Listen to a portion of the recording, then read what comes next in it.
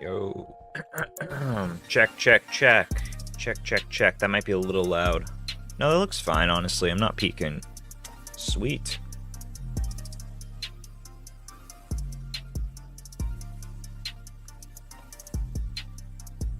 There is a lot of ruckus going on outside right now.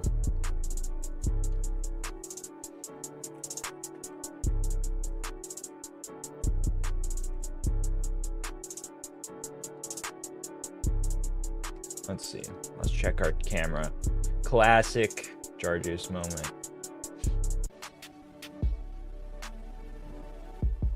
There we go. Wait, can I make it a little lighter? No, we want it more like that, I guess. What's up, guys? Yes. Return of the Viper. Oh my god, dude. The Dark Viper thing, I wish there was more to it. It's a pretty brief segment, but yeah, Dark Viper is like one of my favorite people to talk about. I feel like Dark Viper is just always so entertaining. He has that like autistic factor where like he gets so mad and he's so into his rants and he's so like in the wrong that it just is hilarious to watch. But yeah, he's gotten himself into a tiny bit of drama, I guess you could say. But yeah, we'll start with the fish tank stuff. Oh shit. We got so much crazy fish tank drama. Fish Tank Live. So Fish Tank Live is the show by Sam Hyde and Jet Neptune, where they have all those contestants in a house, and we watched a little bit of it on stream when they were filming season 2. And one of the most iconic, pairs of people in fish tank history was TJ and Taylor. TJ and Taylor. Let's see. Let's look at a compilation. We have a compilation. They were like Taylor came in and TJ is like this autistic like guy who's like always stimming and he's like rocking back and forth. He was just very very weird. But Taylor came in and she seemed to have a genuine crush on TJ. So everyone was rooting for them to work out as a couple. They ended up kissing a few times. They shared some kisses on the Fish Tank Live stream.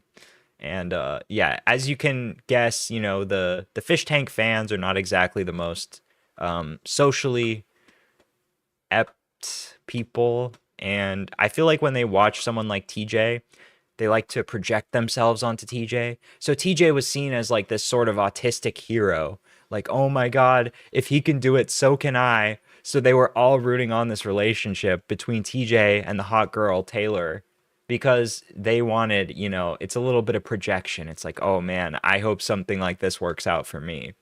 And I will say, I was rooting for TJ and Taylor too. They were actually like really cute together. They were a great couple. Let's watch this clip real fast. Okay, so for context, one of the things that they made TJ do here was every time somebody paid for this sound effect, this song, they made TJ dance until the song stopped playing.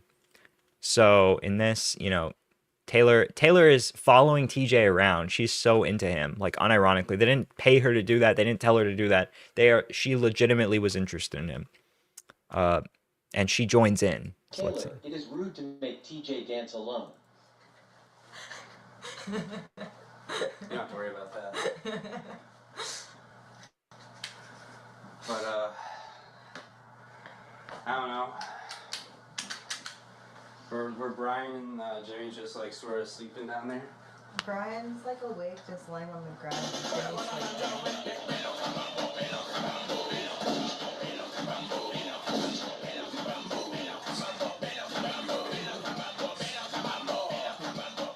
So this goes on for like minutes and minutes at a time, right? The song plays for like a minute and a half every time, and people are paying for this sound effect all day long because it's funny to like exhaust this guy. Yeah, she let me hit because I'm goofy, dude, literally. And then eventually, the TTS is egging her on to join him. Let's see, where does she get up? Spoiler alert. Spoiler alert. Alright, I'll get with you. Alright, just sort of, yeah, just, I don't know, do what feels natural, you know? I'm just gonna copy you. Alright, cool. Make the audience happy. Alright, cool. That's what the audience wants. So the whole season 2 basically was full of moments like this. And then eventually, like, she had to leave. Anyways, so she comes back at the end of season 2. TJ wins the entire show. TJ won. And he had this whole character development arc where, like, he became much less autistic, much more confident. He stuck up for himself. Like, people were huge fans of TJ. And after the show finished airing, these two actually got together in real life. So Taylor moved from Florida to, I think, Michigan to live with TJ. And for the past few months, since after the end of season 2, they have been living together as a couple. Well, what could have happened? What could have happened, I wonder. This is actually kind of sad. I'm actually a little bit bummed about this. So, Taylor posts that she is moving back to Florida. This was like 2 days ago. And everyone is like, oh shit, that could only mean one thing. Like, they broke up, right? She deletes the post about her moving back to Florida. So people are like, what's going on here?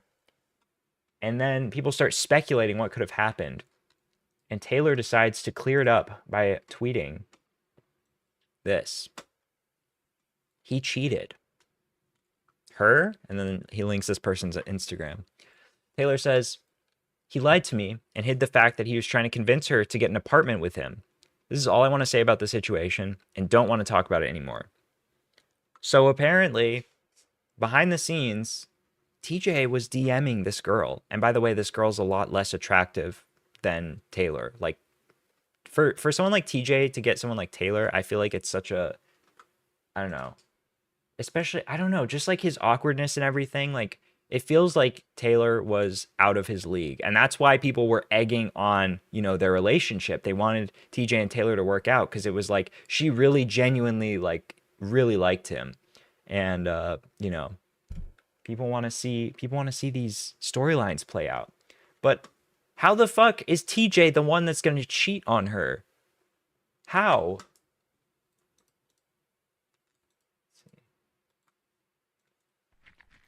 So this is this is Taylor.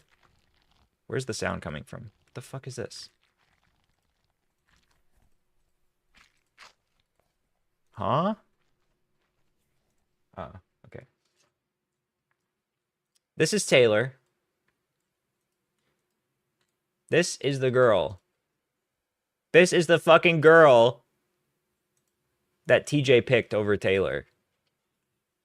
She looks like fucking Yoko Ono. What is this, dude?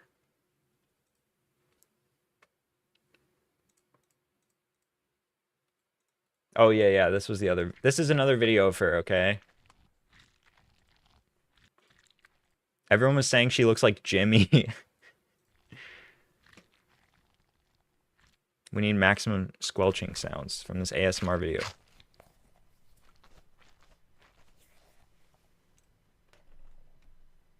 A creepy pasta. Dude, how? How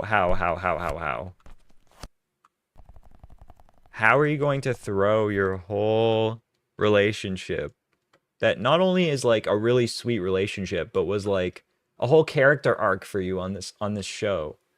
And like people who are fans of you are like fans of you partially because of the whole TJ Taylor arc. And it's like, it's one thing for them to break up naturally over time. It's almost expected, you know?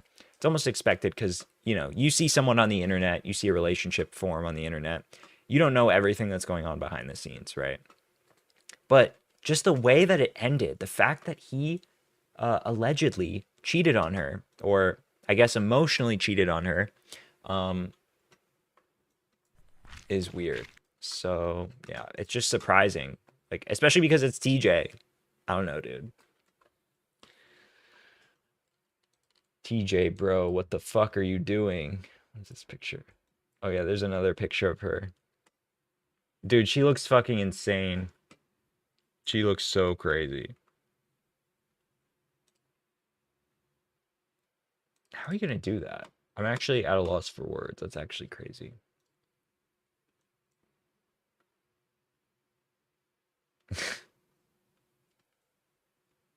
So anyways, apparently what happened, I can't find the exact tweet right now, but apparently what happened was like he was like DMing this girl, and they were making plans to like move in together with behind Taylor's back. Like for her to move into his apartment with him, and and he was hiding it from her.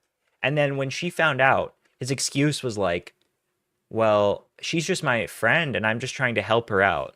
But yeah, I do actually find her really attractive. I am actually really attracted to her. Like, why would you even admit that? What are you doing? What is wrong with this guy? I feel like in like less than 6 months, he's gonna really he's gonna be like, what the fuck did I just do? That is insane. And this just like, not only is it sad to see, but I feel like it makes people like him a lot less. Like my respect for him has dropped so much because of this. Like I have no respect for someone who is willing to like, you know, emotionally cheat on their girlfriend like that. Just so weird. What is Greg doing? Dude, Greg actually is the best person from season 2 now. Like legitimately, I was fully team TJ, and I'm like pissed now. So TJ is now claiming, you know, I didn't cheat. And obviously the rationale behind that is probably, well, well, I didn't actually like have sex with her, you know. I didn't have sex with her. So that means I didn't cheat. But like, dude, you were making plans to replace your girlfriend. I feel like that definitely counts as like the start of cheating, at least, right? So weird. He seems so like he doesn't give a fuck too. Like he doesn't seem devastated or anything. Like he was bored of her. I just don't understand. That's crazy. Anyways, we got a nice fresh set of iDubbbz clips. I actually started watching this Patreon podcast episode this morning, and I was just expecting it to be boring. Like I feel like they were done with talking about drama and like their haters, but they started fucking talking about them again. These people are obsessed with their haters, dude. An answer to the equation reminded me of comment sections, and like I feel like it's a really good reflection of, or really good example of the types of comforting or answer to the equation, which is many times you have read stuff, and I have read stuff online about us, either together or individually, and I think we both know, and the world knows, that ideally you try to avoid that stuff as much as possible. Yeah. It doesn't take a rocket scientist. It's like, yeah, you find some stuff, you come across it. It's like it's going to be a problem for you emotionally. And I think when Anissa would experience that in the past, there was this desire to say, like, well, just don't look at it. Like, that's the problem. Yeah. And it's unfortunate because it is true that that's the problem. But once you do it, you now have a different problem. Yeah, it turns into an "I told you so" rather than valid advice. So what they're talking about here is iDubbbz was saying before this that basically he used to handle, you know, Anissa used to get really upset at the comments, but he didn't care. And what he used to do was he used to just tell her, just don't look at the comments.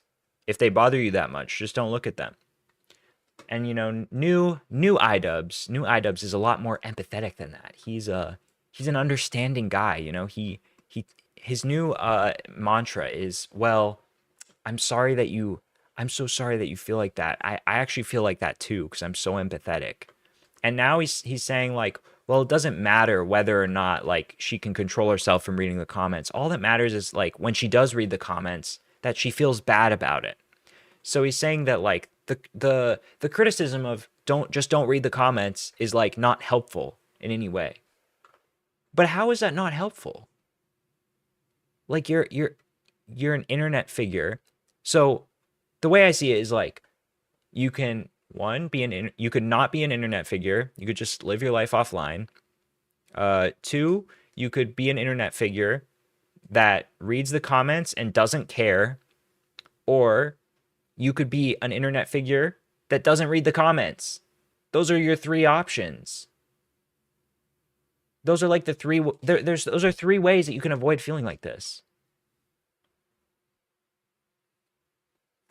I just don't understand. Like it feels like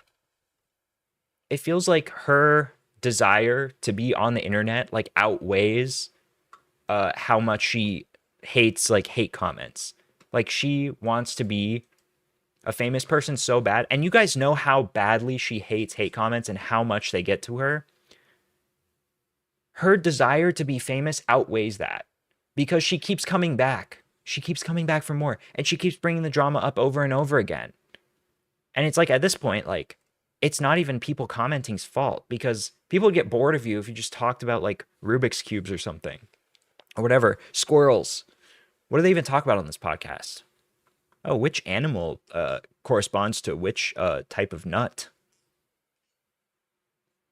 But they can't help it. They can't help it. They keep doing it, and they know that it's going to cause them more. It's just this is like such a weird thing to concede. Like, oh, actually, yeah, I shouldn't just tell you to just not read the comments. It's like that's a totally fair thing to say to someone who's being super bothered by comments. She's like so butthurt by them. And it's gotten to the point now where I feel like she almost has gaslit him into like also feeling bad about himself when he reads the comments. Like he used to just not care, used to just bounce off of him. And it's like because he has to be so understanding of like her feeling bad and choosing to continue reading the comments, he now has to feel bad about them too in order to like keep up with her. And like I've experienced the exact same thing. I mean, to this day, you know, I have someone else managing like the comment sections and stuff on Maximum Damage. I'll sometimes check it out, but like specifically, you know, for ombudsing and stuff. But like if I happen to come across it accidentally, that could like stink up my whole day. Yeah. And it's like it should be easy to just be like, no, let's pretend that I avoided the comment section today. Yeah. But you know, Anissa knows, and many people know that once that happens, like I'll get over it, you know. Eventually. It's not like I need to be like super comforted or anything. It's I'm confused. What? Oh yeah, and then Dane was like asking him to clarify what he meant by this for like the next minute, which was really funny because I don't think Dane was intending to like press him at all, but he was just confused about the point he was making. Let's see. Here's another good one. Shout out to Beazle, by the way. A giant boil on the side of your face that showed up one day. Yeah. Well, because like there was a time. I cannot imagine still talking about mean comments that are like a year plus old. Like, to be fair, though, I think that they do get hate comments like on everything they upload because a lot of people don't like them. I think that the number of people that dislike them outweighs the number of people that like them at this point. Like, I feel like they don't really have as many dedicated fans as other YouTubers because all of his dedicated fans like now dislike him, and everyone else that just sort of passively likes them isn't really dedicated fans. Does that make sense? Like the people who like them now are like people who watch Creator Clash and who watch iDubbbz go on H3 podcasts, but they're not sitting there watching all iDubbbz content, in my opinion. But yeah, no, they definitely do get hate comments this day. I see it all the time. Yeah, it would be crazy to deny that like they still don't get hate comments. Like that's basically like they are actually like probably one of the most talked about people in commentary type content too. So they have a lot of people talking negatively about them all the time. But again, like the criticism is just don't watch the content, don't read those comments, just don't engage with it, and just focus on like whatever you're doing. Like I don't know. In my view, it's like there's either negative comments are either good critiques, which you can just then not take in a bad way and they will help you, or they are stupid people and they're wrong, so it doesn't matter. You know what I mean? Like, I don't know. I'm Like, where I personally cannot imagine being bothered by that, but I mean, it's pretty rich of me to say at my small channel size, I've pretty much never had anything negative encountered on my channel.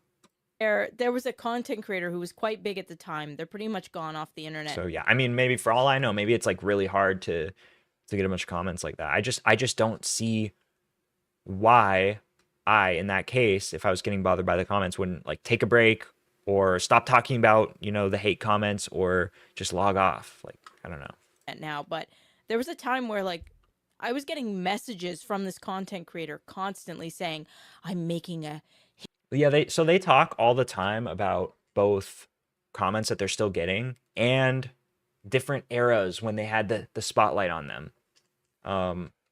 And I kind of feel like maybe part of the reason that is because these are the things that get views. They do get a boost in views when they talk about, you know, this stuff and sort of embarrass themselves over it because people are watching, but they're like, people are watching for the wrong reasons. Like they don't, when you talk about this stuff, people aren't watching more because it's like they agree with you. You know what I mean? hit piece about you. Like you're the weakness in Ian's armor, and like here's all the stuff I'm gonna say about you. And like this content creator like was obsessed with I was terrified because I was like, I don't want like any of this heat. I've talked to this person like maybe once or twice, and I remember they made an unlisted video on one of their big videos. Mhm.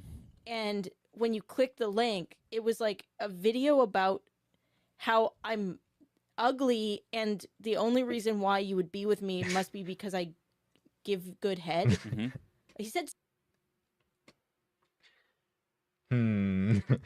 swing neck, I Yeah. think is what he Yeah. said.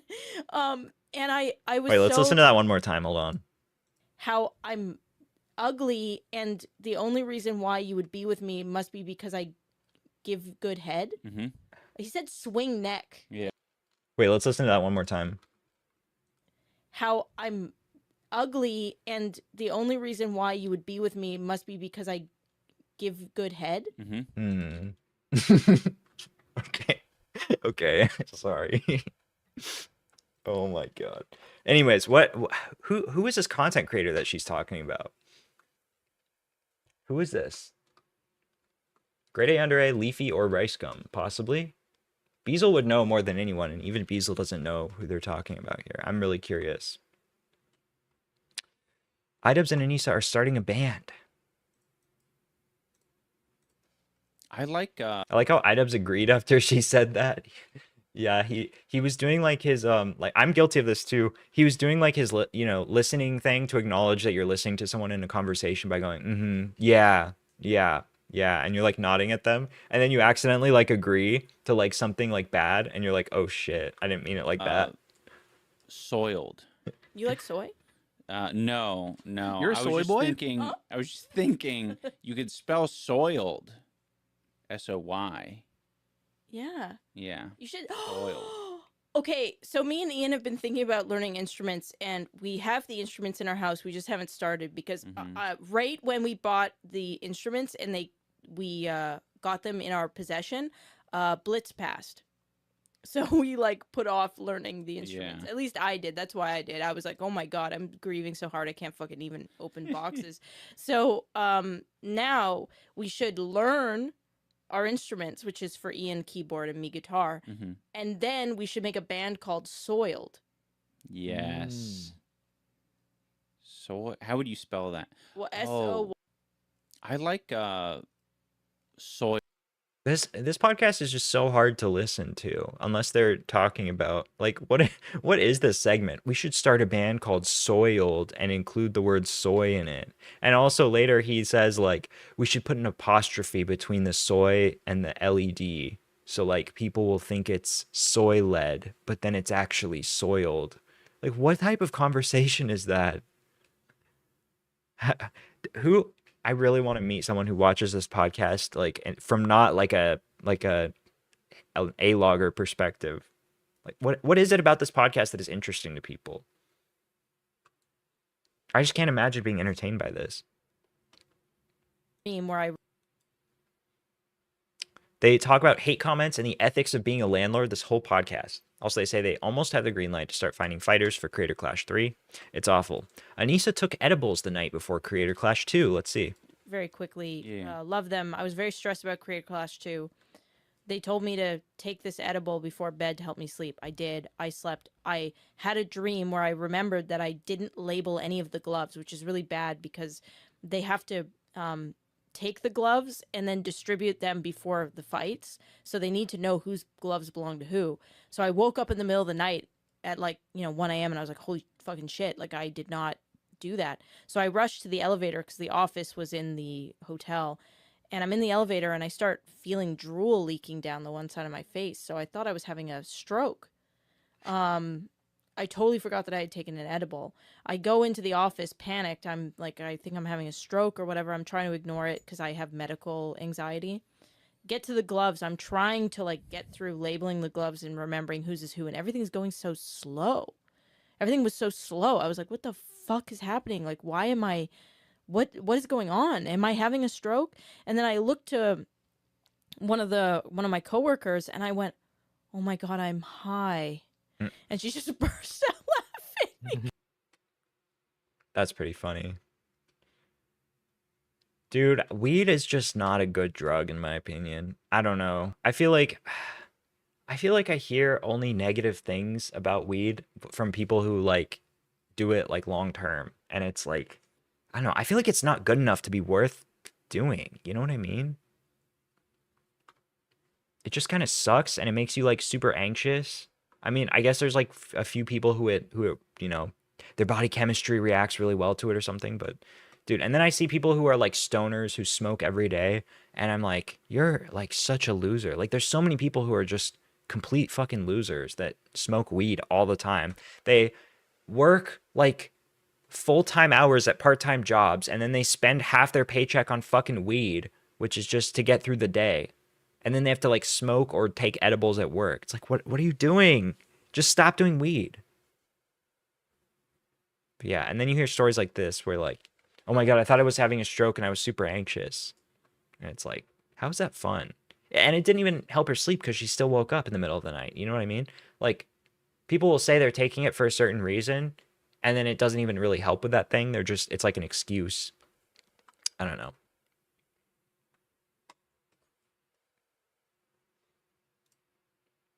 Got any more iDub stuff? Oh yeah, I was gonna pull up the Leafy. Where is it? Do they have the Leafy leaks? The Leafy tweet? He said tweet.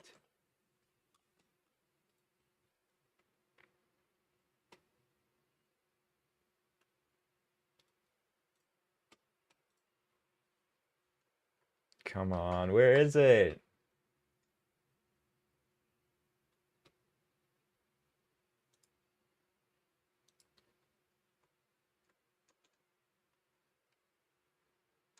Oh my god, remember this? Oh my god, this was before I started streaming, before I started uploading videos.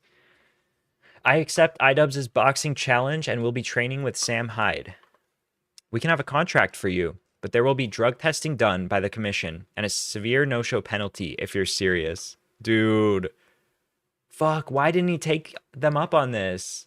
This would have been awesome. Dude, Leafy is so fucked up. I think he really is just like a burned out drug addict. Pretty sad. That picture of him that released like when he posted the first selfie in like 6 years, he like really let himself go. Like he looks really fucked.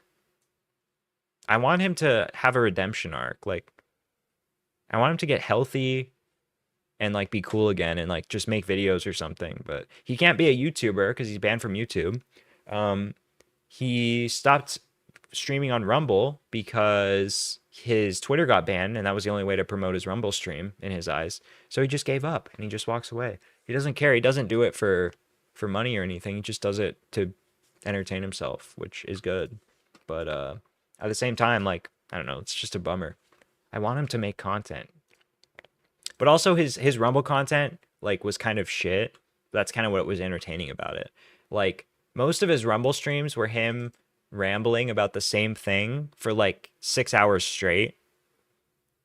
Like what was the one? He was talking about Destiny's wife at the time, Melina, and how Destiny tried to get him banned. And that's all he was saying for like 5 hours. Like, I fucking hate Destiny. Dude fucking tried to get me fucking banned.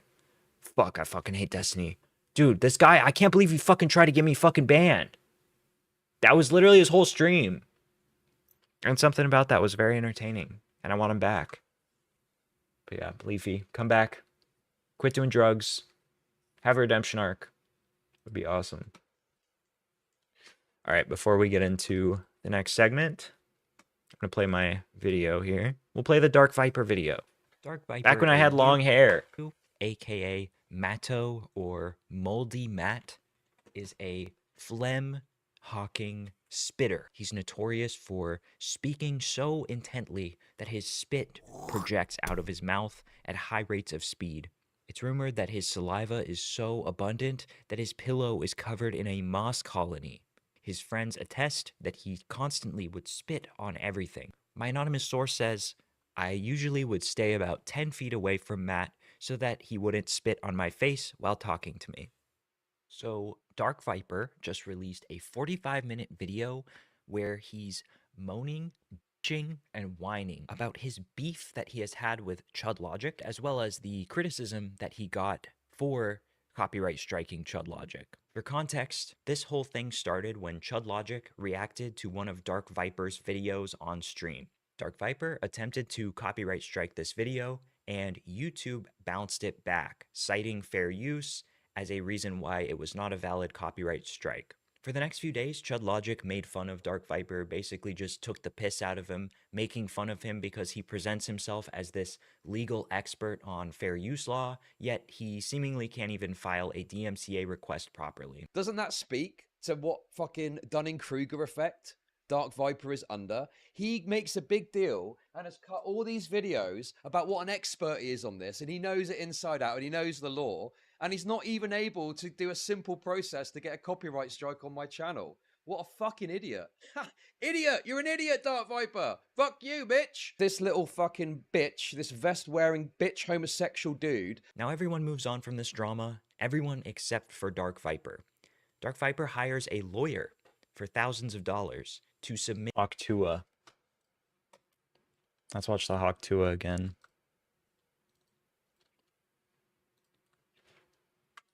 out of his mouth at high rates of speed. Hawk Tua. Get it, guys? Get it? Funniest shit I ever heard. All right, what do we got next? I guess we can get into the Dark Viper thing. That's a good little segue, right? So, earlier today, well, actually, let me back up a little bit. So Dark Viper, I think it's Viper Rambles. He posted this video right here. Why do unhappy losers live for drama? So he made this video. By the way, like none of these people recently had talked about him at all. Chud Logic is in this thumbnail next to Hassan Piker, XQC, and Willie Mac Show. And Dark Viper is just basically talking about his past controversies. I can't even watch the fucking video on stream because this guy copyright strikes everyone who watches his content. So, yeah, I guess we're not going to analyze anything that he's saying. We're just going to make fun of him and judge him. So, yeah, just talking about drama when he wasn't in drama at all. And And then Nicholas Diorio posted this. Oh my god, Twitter's so slow. I have to scroll so far down.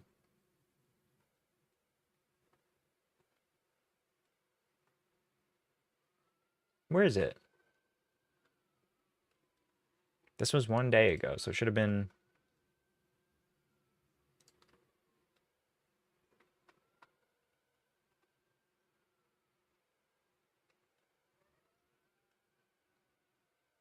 Where the fuck did this go?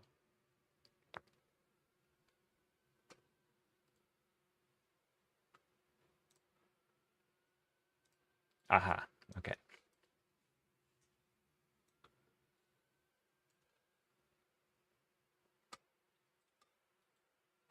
What was the context of this? Anyways, he posted the thumbnail making fun of him.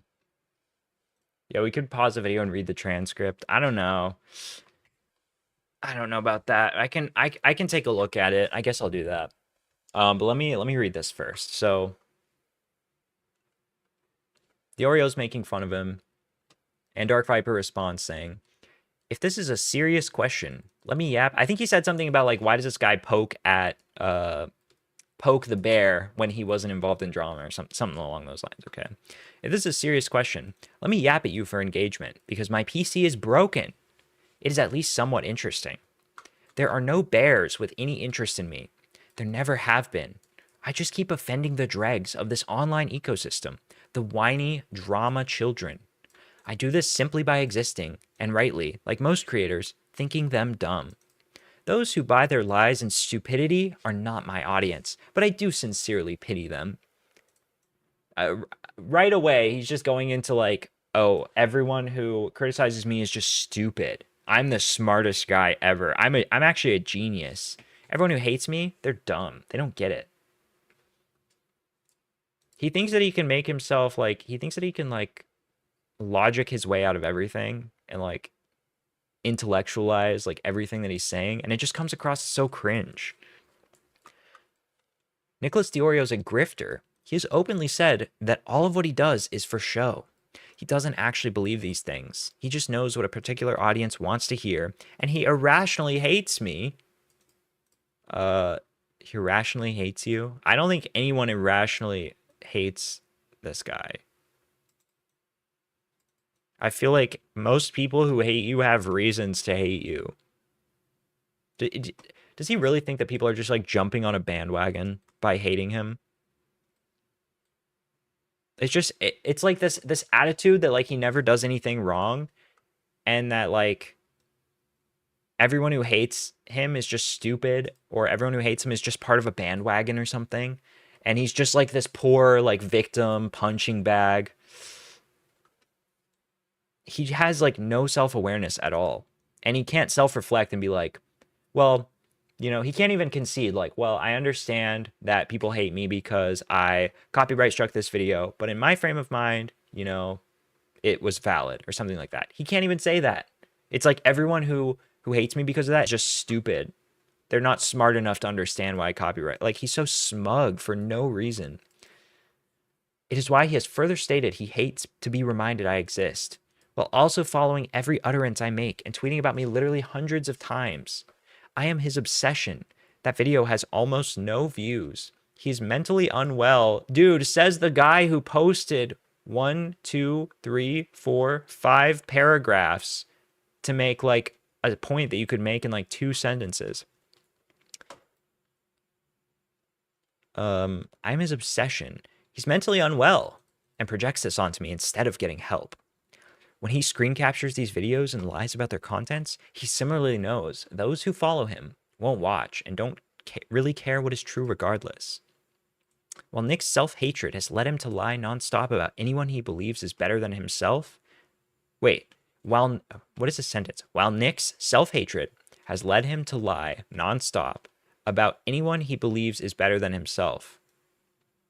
To lie. So he thinks that Nicholas, like everyone that he hates, or he lies about people he hates because he is insecure and he thinks that they're better than him in often very creative ways. These videos of mine specifically come from a channel dedicated to my rambles. I will shift from my views on behavioral psychology to the size of my cock and how long it takes to eat soup. It is what? My views on behavioral psychology to the size of my cock and how long it takes to eat soup. It is largely run by my editors and are not serious videos. Is this a defense? They get few views relative to my actual work and are usually ancient by the time they're released.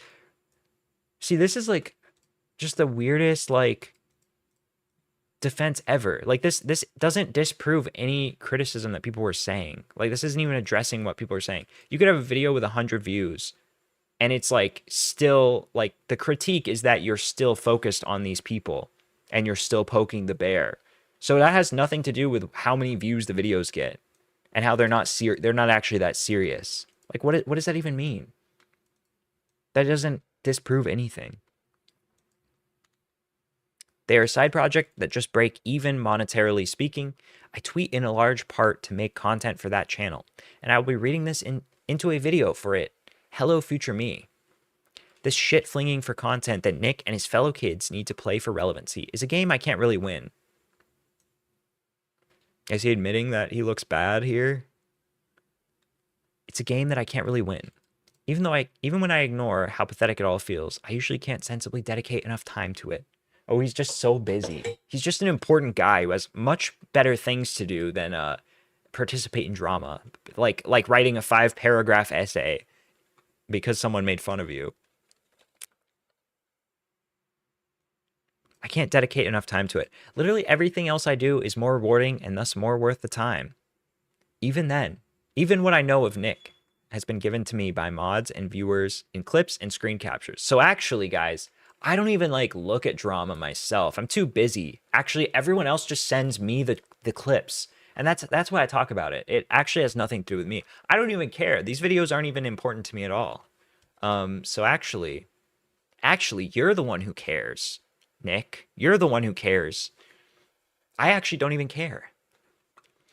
This is what makes me different from them. I create things of value, so I don't need to whine or lie for engagement, which is all they have. Whine or lie for engagement, which is all they have. This is so fucking like, does he really think that all that people have against in any drama situation is just lying? He thinks that every drama video is just full of lies because they don't like someone. Can you imagine needing to cry day in and day out about stuff you don't really care about just so other kids will acknowledge your existence? Nothing more sad in this ecosystem. I found out that there is no downside in just laughing at these idiots passively, but I do have stray thoughts about these things, so they end up on that channel. So just laughing at them, but I also am thinking about them still enough to make a video about them. It is neither interesting or calculated. It is just yapping. Welcome to social media, where we can assume Nick was salivating at the idea of tweeting another, OMG, I can't believe DarkviperAU wrote another essay. I'm giving him this boon of the acknowledgement he so clearly craves, so he can feel like a somebody for just a moment. I feel like these brief moments where he can stop hating himself as much as he hates everyone else are the only things keeping him alive. I act to literally save a life, even if by every metric that life is not worth saving. Oh yeah, I'm just that nice of a person. I'm going to go back to fixing my PC now. Oh my god. So this whole essay is about how I actually don't care about drama at all. Nicholas Diorio specifically and the drama community just make up lies about me because they hate me. And yeah, I want to save them. I want to save them. I act to literally save a life. What even is this strategy? He's like trying to paint himself as like a... Do his fans buy this? Maybe I just don't understand what he's saying here. I act to literally save a life. I'm giving him this boon of the acknowledgement he so clearly craves, so he can feel like a somebody for just a moment. I feel like these brief moments where he can stop hating himself as much as he hates everyone else are the only things keeping him alive. Dude, is he going to is Dark Viper saying that he's going to kill himself if he doesn't stay in drama? I guess he's saying this like metaphorically, probably. The only thing's keeping like his channel alive, maybe. I act to literally save a life, even if by every metric that life is not worth saving. Dude, he is just so smug and condescending. What did this person say?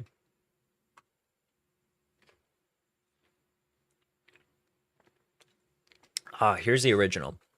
Isn't it weird this guy turtles and cries when he gets criticized, but pokes every few months when he's not in the news? Lamau, DarkviperAU, why poke the bears then? So this is who he's responding to. Classic Dark Viper moment. Responding to some random, small account. Some tweet with like 9 likes, literally. Writing an essay about how bad of a person Nicholas Diorio is and how actually deep inside he's really unhappy. And then Nick responds with this. Okay, this is so fucking funny. You could get a new/better PC from Starforge PCs, owned by renowned React streamer Asmon Gold. Check out this affiliate link, champ. So Nicholas Diorio bought a new computer recently, and while he was searching for what computer to buy, he decided that he wanted to buy a pre-built specifically from Starforge Systems, specifically because it was partially owned by Asmon Gold. And this was the same sponsorship that Dark Viper cut off Carl Jobs for taking. So Dark Viper cut off his friend of like 6 years because he took a sponsorship with this company, because the company is affiliated with Asmon Gold, who is a React streamer. And Dark Viper, that's enough of a slight to Dark Viper to cut off a friend and just stop talking to him. Without explanation, by the way. He never explained to Carl Jobs why he was cutting him off. And then months later, this public drama plays out, and he finds out that it's just because he took a sponsorship from a company that was related to someone that Dark Viper didn't like. So when Diorio was looking for a PC, he decided to also get a sponsorship from this company specifically to piss off Dark Viper because of how mad it makes Dark Viper that this company helps Asmon Gold. So here's Nicholas Diorio in his replies promoting his affiliate code for Starforge Systems. Game on. This is the best fucking like own ever. Like I just love how like petty it is. Like he bought a $5,000 computer from this company specifically just to like spite this guy. That's awesome. And then I saw Chris the Narc posted a clip, but I don't think it's from today. I'm pretty sure it's months ago. He's trying to have his cake and eat it too. It feels like he wants to, I guess, fight while also maintaining some semblance of a moral high ground. Yeah, it's like, it's hard to really understand his motives, but like my guess is that the people who have criticized him or like made fun of him in the past, that really bothers him, and that like lives in the back of his head. And I don't know, like he feels the need to like address the controversy or something. Like he feels the need to like, I don't know, call it out. But at the same time, it's like he's saying here that he thinks he looks bad in these dramas. So I maybe that's not it. I don't know. Maybe he just has like a victim complex. He needs people to be attacking him so they can be like, so he can cry to his fans about it and be like, look at how bad these people are. Reminder, Nicholas Diorio is a bad guy. He irrationally hates me. This is the other thing too. He irrationally hates me. Dude, Nicholas Diorio is like one of the more like the best people at explaining why he dislikes someone and like creating a case for why he dislikes them more than like even a lot of other commentary people. Like I feel like he's made it very, very clear why he dislikes him. Even like, I don't know, this guy's made enemies with so many like other big streamers too. Asmon Gold, even H3, Moist Critical. He's had fights with all of these people over either React content, or he gets mad when people like clown on him and he starts like freaking out. Remember when he got really mad over H3 using the soundbite of him saying 14 pages? He got mad. He got mad about it. That might have been in my video too. Let's see if we can find that clip. Feed. It's rumored that his saliva is so abundant that his pillow is covered in a moss. Was fair. Is this it? Sound effects of me. Oh on yeah, yeah, yeah. Oh my god. Ethan has front of thousands. He is one of those truly deserving who has Just the day before this video, he made a video bitching about how H3 uses his sound bites to make fun of him. He also called this harassment. as someone who has been incessantly harassed by him for years in front of thousands, he is one of those truly deserving of being driven off the internet. Ethan has something like 6 different sound effects of me on his podcast. Divided by 14. It's 14 pages!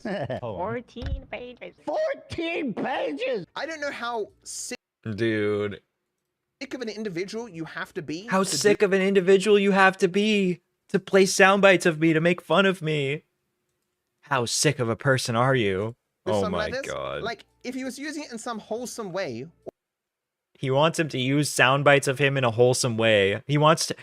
Ethan, those clips make me look bad and make me look like a clown. If you were like uplifting me and being positive about me, that would be cool. But you know, or shouting me out in some positive way. yeah, shouting me out in some positive way, Fine, dude. but he's just using it to mock me. That is just really fucked up. Dark Viper claimed that is just really fucked up.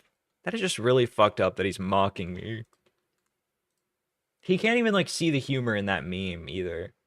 It's like funny because he wrote an insane literal 14-page essay about why he thinks React content is bad. And then he made a video where he's like, I made a whole 14-page document on why React content is bad. It's 14 pages. Like, how is that not funny? That's like autism. Like, it's just funny. It's just inherently funny. Laugh at yourself, dude.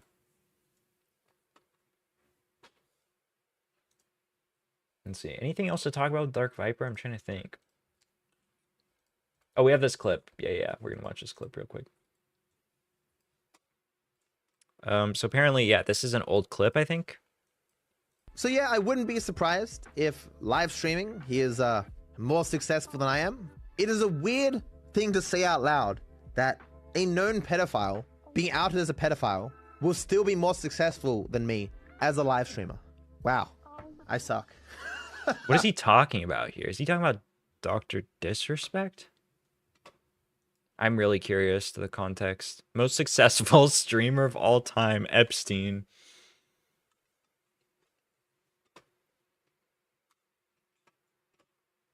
I'm scared to click on my notifications. I get so many bot followers. Have you guys ever...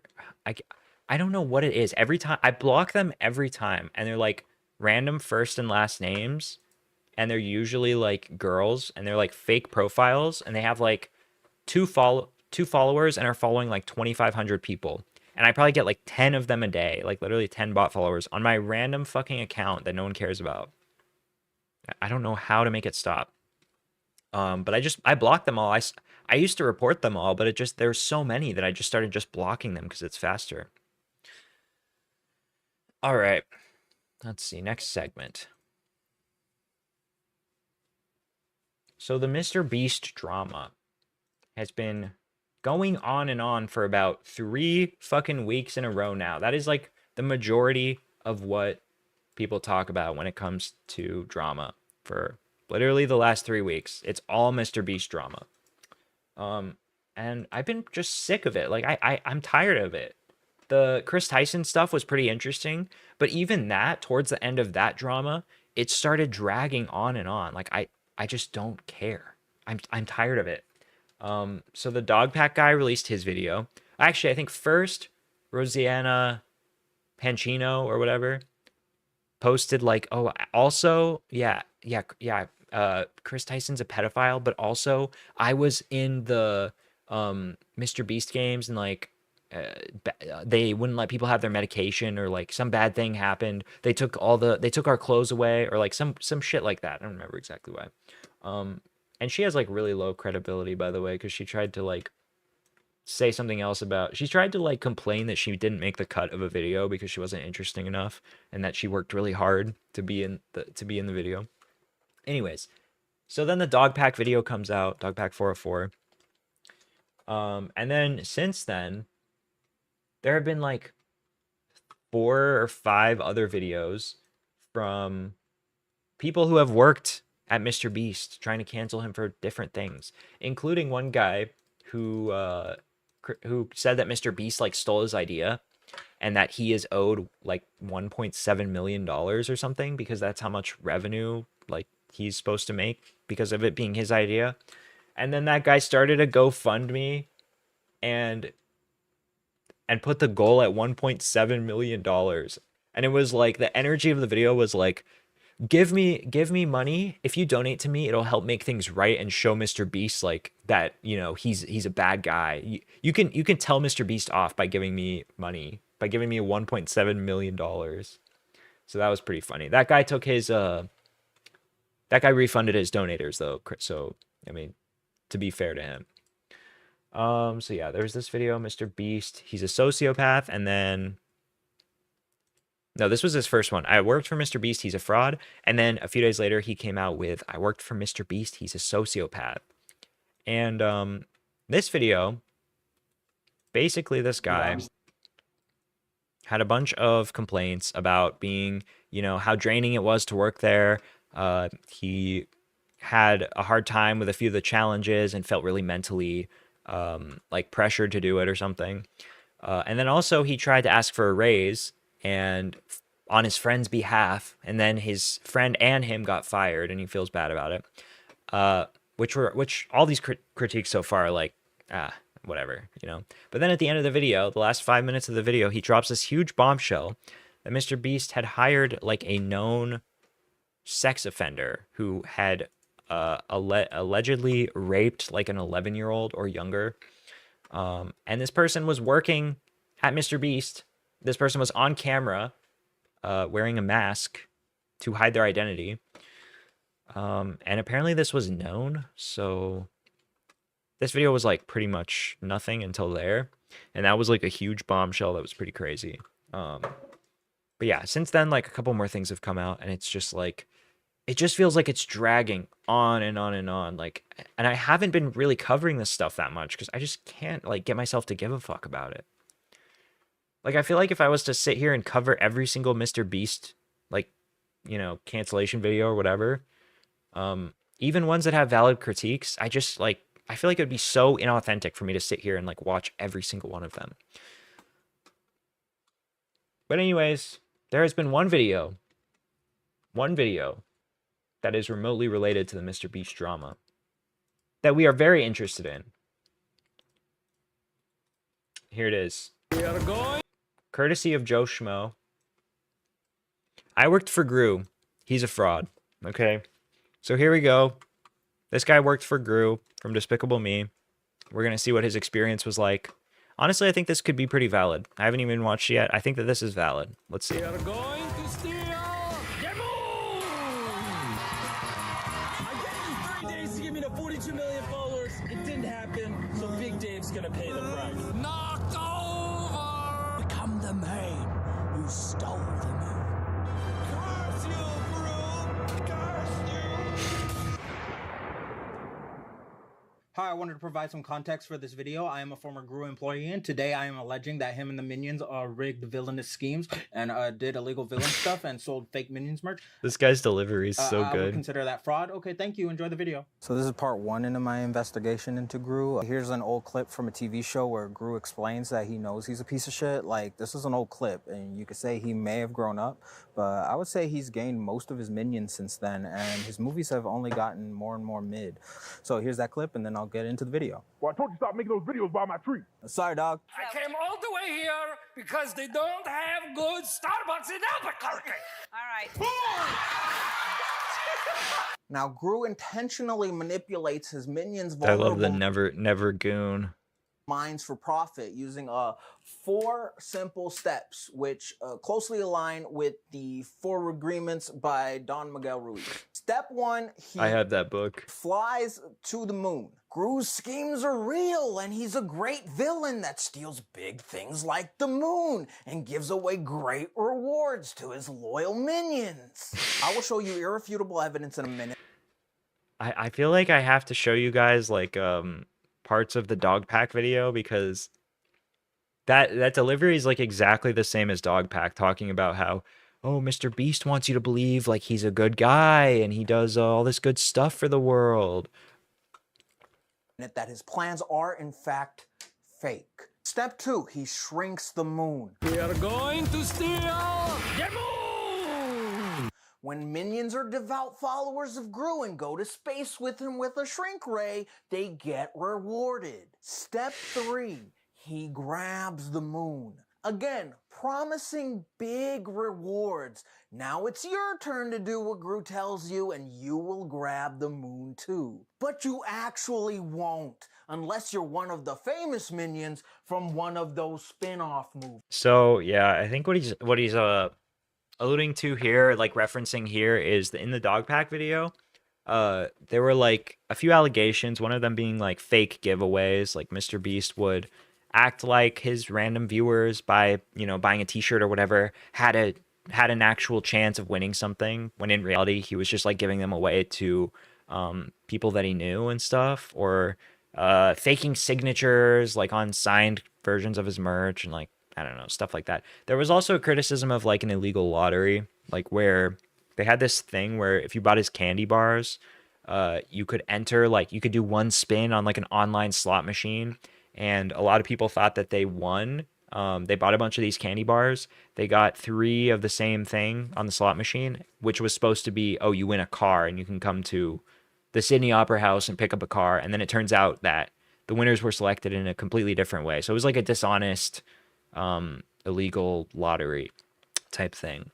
But yeah, so he's sort of referencing that here. And finally, step 4, he sits on the toilet. Now, some will say that this was merely a prank played on him by the Miranda Cosgrove orphan girls, but I think this goes a lot deeper, and I'll get into that in part 7 of this video. So, young, impressionable minions are made to believe that Gru is a trusted villain who can give them not just the moon, but a starring role in a spin-off Minions movie. Trust Gru, watch him steal the moon, contribute to his cause, and one day he'll help you too. That's the formula. Help me steal the moon and you will be in a Minions movie. Help me take down El Macho and you will be in my twin brother. Help me adopt these orphans and help me build a fart gun. Help me make a ride at Universal Studios. Help me keep Miranda Cosgrove employed and you will be in a Minions. Help me get an 80s child star to stop acting like a little bitch. Help me save my baby from being turned into a fucking cockroach and you help me get an interview with Ellen DeGeneres. Help this franchise pass $1 billion worldwide, and you will be in a Minions movie. He's been exposed for fake and evil schemes before, and the common response is, oh, well, why does it matter if his schemes are fake? They're just meant to be entertainment. A large part of Gru's brand is the fact that he is actually a real supervillain. This moon is CGI. This spaceship is CGI. This fart gun is fake. This car is digitally added. This minion is fake. This kid is fake. This dog thing is a paid actor. This house costs more than the budget of the movie. This isn't really him dancing. It's actually that one guy from the new Deadpool movie. You know, the guy in the beginning. That wasn't Ryan Reynolds either. He's a fraud too. This isn't a real guacamole hat from El Macho's house. You can literally get one at Universal Studios for $8.99. This whole scene is fake. This minion is an actor and a secret employee at Illumination. This line is scripted. I sit on the toilet. What? This action is scripted. In fact, pretty much all of the Despicable Me movies are scripted. Now let's talk about Kevin the Minion for a second. I found public record that Kevin the Minion moved from San Francisco, I feel like I don't have anything to add to this. I'm just enjoying this. California to Albuquerque, New Mexico, where Gru is located, back in May 2013. These are all just like parodies of real things that he talked about in the dog pack video. 2 months before he appeared as one of the But I feel like you can pick that up with the context clues here. Critically lauded motion picture Despicable Me 2. According to a former Gru employee, this was around the time that Kevin started working full-time as a minion for Gru. Also, he didn't just move into any old house. He actually moved into a room in Gru's house. Now, I'm not gonna dox him. Only some asshole would do something like that. But I did find pictures What of was his that room shit? online, so I fed them into ChatGPT and asked it to create similar images. And this is what it came up with. He had his own workout equipment, unlimited supply of bananas, and not to mention the fact that shortly after, he was cast as the lead in not one, but 2 Minion spin-off movies. Something that was promised to his minions in Despicable Me 1. However, if you Google Kevin from Despicable Me 1, you will find a completely different minion, meaning that he was recast in the sequel. He clearly didn't need to grow 100 feet tall just to help him get more screen time. You know, I think they all deserve to have their own Minion movie. I think the boys deserved a fair chance at winning that thing. I think that's the expectation when you're working with Gru. But hey. All right, the gimmick has worn off for me, okay? Anyways, yeah, it seems like this guy's a real bad guy. I think that you know, he should probably stop making Despicable Me movies cuz he's just such a bad guy. Yeah, pretty epic. Anyways, yeah, I guess I could pull up the original Dog Pack video. Let me see if I can find some of those clips. Paid actor. I remember that part. 5 minutes.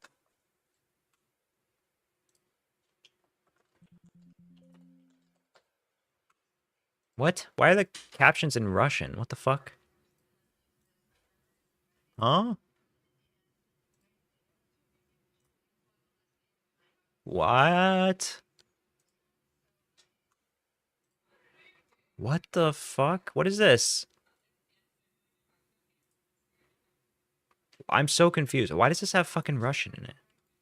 Of the room from 42, and he just didn't hear him. This whole revenge storyline was actually up on their Facebook. Huh? Hold on. Let's reload. Let's reload. Dude, this is like when I watched that one video and it was like in Hebrew. What the fuck?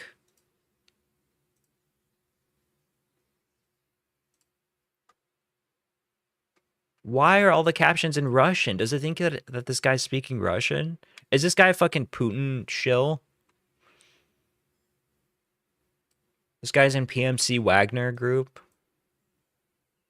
What the fuck? This makes no sense. The whole video's in English. Dr. Nefario has Shadman art on his computer? Yeah, dude. Selling these t-shirts at $42 each, profit margin would be about $22. So based on the evidence in the video, if they sold 50,000 t-shirts, say minimum.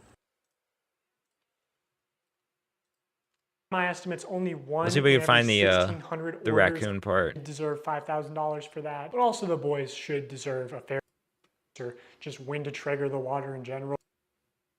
Identify a prize, which is distributed through random chance and cannot be won without spending money. On August 2nd, 2020, Mr. Beast live streamed him and his friends signing limited edition shirts. Orders actually won a prize. This guy's doing the content cop thing too, by the way, which is kind of cringe. We'll watch his content cop intro. All right, jokes for food. I wish a philanthropist YouTuber would just give me 10K and not film it. Hey, the hell happened to you? Mr. Beast, that's what happened to me. What we do here is go back. I was gonna be somebody. I was gonna be the Carl took my job. Carl took my job. It's the worst production I was gonna make me do. Oh, no. This doesn't work, dude. Please. Please don't do this. I feel like if you're gonna do the content cop gimmick, like you have to do it like better than the original. Like you have to do it so good that it's like just undeniably like better than the original. Because even if you do it exactly the same way that iDubbbz did it, it still comes off as just like cringy imitating type shit. All right.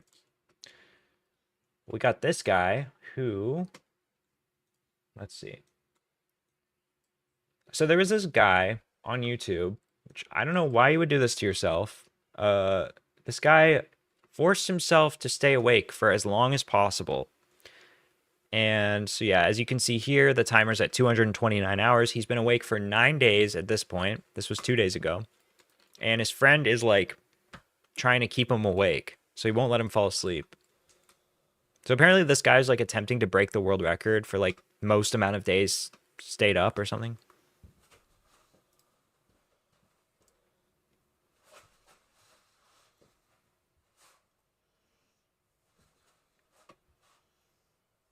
Oh, verify people in chat, Penny.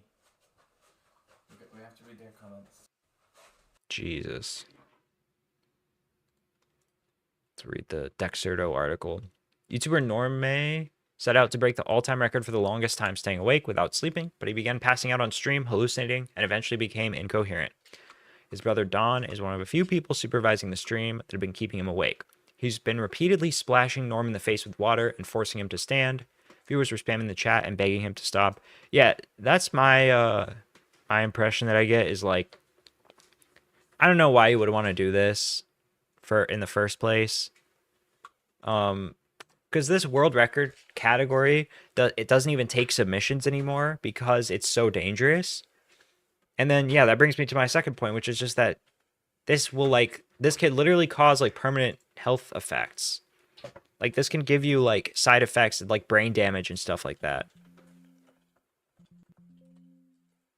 Let's see if they talk about it. No, they don't talk about it in this article, but additionally, prior records were attempted with medical professionals present who could call off the attempt if someone was in genuine danger as a result of sleep deprivation. And this is not the case for his stream. So yeah. Norman's restarted the stream numerous times to keep the full VOD of his attempt and has kept all the records on his channel. These VODs have since been deleted by YouTube. Yeah, so this was considered like endangerment and he ended up getting banned from YouTube. And then he decided, well, I got banned from YouTube. Why don't I try streaming on Kick? I can't just stop now. So the people at YouTube saw this and were like, dude, you should not be doing this. They're not banning him because they think his content is bad or something. They're banning him to be like, dude, go to fucking sleep. Somebody manually banned him to tell him to go to sleep. So then he goes live on Kick. And then pretty much instantly he gets banned on Kick because, you know, the Kick staff see this and they're like, well, I don't want someone to fucking die on my platform. So, yeah, sorry, buddy, you're banned. It's the same article. No, this is a different one. Let's see if this guy talks about it on his page.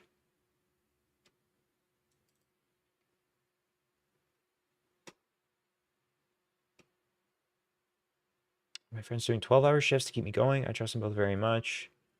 Sleep stream live now. Oh, he hasn't posted at all.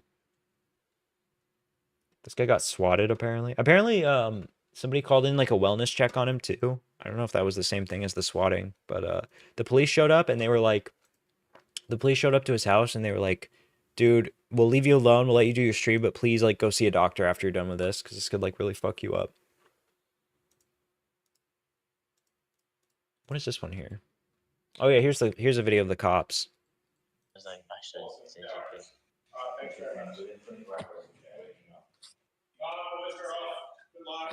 All right, good luck. We got this. We got it. Good. Please be safe. Yeah. Enjoy your sleep afterwards. I'll sleep for a long time, at least 20 minutes. Yeah, probably. Yeah, always sleep. Something serious happens. Yeah. Cool. Thank you. For sure. Thank you. Bye-bye.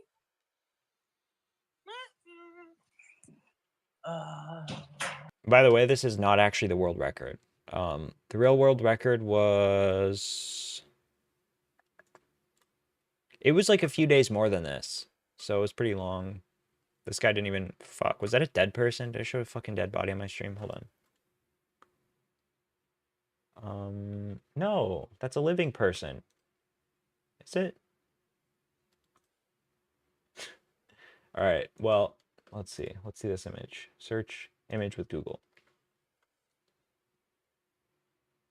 Yes, she's alive. She's alive. It's a living person. That is a real living person that just looks like a corpse. The oldest woman in the world. She's probably dead now, but she was alive when this photo was taken. Not bad.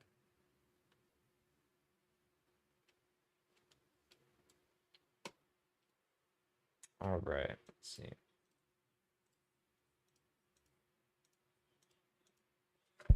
Oh yeah, we got some subreddits to look into. I'm gonna let this play for a little bit. I'm gonna go take a break again. Hold on one second. Re-upload and a watch party over and over again. What the fuck is this? Why do I sound like a hamster? It's rumored that 37-minute video in Dark Viper's original infamous 14-page essay, 14 pages! which is called How the React Grift Works. In the first paragraph, he differentiates between watch parties and actual analysis. Keep in mind that reactors are not reviewers, analysts, documentarians, expert critics, or video essayists. They are people who present their first experience of a video as content, doing so with no idea if they have anything of substance to contribute, as they haven't seen the content before. So he's implying that if it's your first time watching a video, it's not possible to add any level of analysis or commentary. To me, the Dark Viper essay seems to be targeting people like XQC or Hassan, who will sometimes sit and react to a full video while they are hardly adding any commentary. So essentially, this, in my mind, is a watch party. If someone is just sitting and watching the video with their audience, using it to entertain their audience without adding any sort of, as you say, review, analysis, or criticism. Now, if you watch Chud Logic's video, it's very clear that he adds all of these things. Snipe Wolf may be bad. Okay. I mean, how it... He's making this. I just don't think there's as much of a distinction as he's trying to make out there is. Sniper Wolf pumps out content too. Sniper Wolf, when she got a main channel demonetized because of the recent drama, like uploaded an old video from a main channel onto a second channel to get a fucking another bite of the apple on it. Like he did say and criticize Sniper Wolf a bit, but this difference just seems completely inane and pointless. I just don't think there's as much of a difference as he's claiming. But she's releasing like one video every couple of... But for some reason, Dark Viper has decided to die on the hill that this is a watch party. And the reason that it is a watch party is just because it contains the entirety of a work. He seems to be hyper-fixated on one aspect of fair use law, which is that the length of the content used... Yeah, this was the craziest thing about the Chud Logic drama with Dark Viper was he kept hyper focusing on this piece of like a fair use law where amount and substantiality of the portion used is like 1 out of 4 factors which determine whether something is fair use or not. And he was like, well, he used 100% of my work, so therefore it could not possibly be fair use.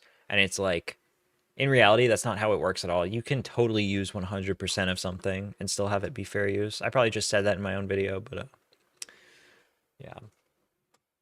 Anyways, okay. This is pretty funny. So shout out to Erica. Erica found this earlier today. Are you guys aware of the child-free subreddit? Do you guys know about this? So the child-free subreddit is a subreddit of anti-natalists, which, if you don't know, they're people who are like, not only they don't want to have kids themselves, but they often feel like having children is in itself like immoral because a child like can't consent to being brought into the world or something stupid like that. So this subreddit is like really sad to look at. Let's see.